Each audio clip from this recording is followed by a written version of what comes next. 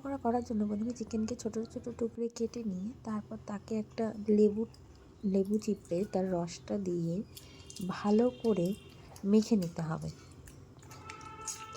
আগে লেবুর রসটা দিয়ে মেখে নিচ্ছি, কারণ হচ্ছে পরে নুন লঙ্কার গুঁড়ো দিলে সেটা দিয়ে হাতটা ভালো করে ম্যারিনেট করতে পারবো না, তাই লেবুর রস দিয়ে আগে ম্যারিনেশনটা আমি ভালো করে করে নিচ্ছি।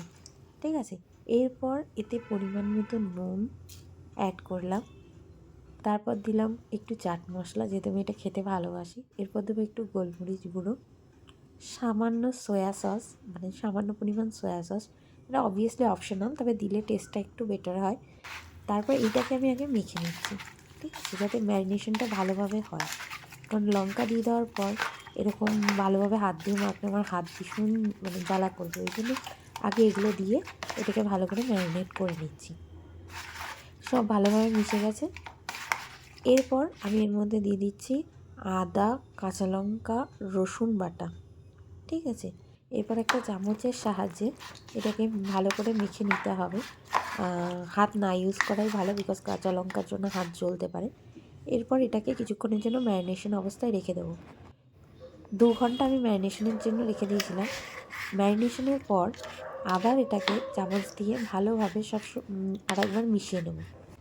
এরপর এতে পরিমাণ মতো কর্নফ্লাওয়ার এবং একটু ময়দা, কর্নফ্লাওয়ারের সাথে আমি ময়দা মিশিয়ে নিয়েছিলাম, দিয়ে সেটাকে ভালো করে একটু মেখে নেব। কোনো রকম জল দেবো না, জল ছাড়া। এরপর একটা বাটিতে ডিম নিয়ে তাতে গোলমরিচ আর নুন দিয়ে ডিমটাকে ভালোভাবে ফেটিয়ে নেব। বাটির মধ্যে ডিমটাকে ভালোভাবে ফেটিয়ে নিয়ে, পুরো ডিমটা একবারে দিয়ে দেবো না, অল্প পরিমাণ ডিম দিয়ে আগে জিনিসটাকে আবার মেখে দেখব।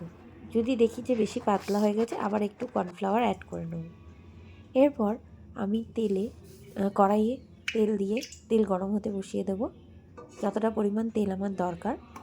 তারপর ওই যে আবার কর্নফ্লাওয়ার দিয়েছিলাম সেটাকে মেখে নিয়ে আরেকটু রেখে দেওয়ার পর তেল গরম হলে তাতে একে একে পকোড়াগুলো দিয়ে নেব এবং আঁচ অনুযায়ী বা যতটা পরিমাণ তেল দিয়েছি সেই অনুযায়ী পকোড়াগুলো দিয়ে এক এক করে ভালোভাবে পকোড়াগুলোকে ভেজে নিতে হবে এবং ভেজে নেওয়ার পর উল্টে দিতে হবে। এবং তাহলে অল্প কটা উল্টে দিয়ে অনেক কটা পকোড়ার পিস কিন্তু আমি তৈরি করে নিতে পারবো। আমরা খুব ফেমাস দেখি যে ইউটিউবেই দেখায় ভিডিওতে যে পকোড়াগুলো 3 টাকা পিসে বিক্রি হয়, তো সেক্ষেত্রে আমার মনে হয় বাড়িতে বানিয়ে খেলেই আমরা কম টাকায় অনেক পরিমাণ পকোড়া খেতে পারবো।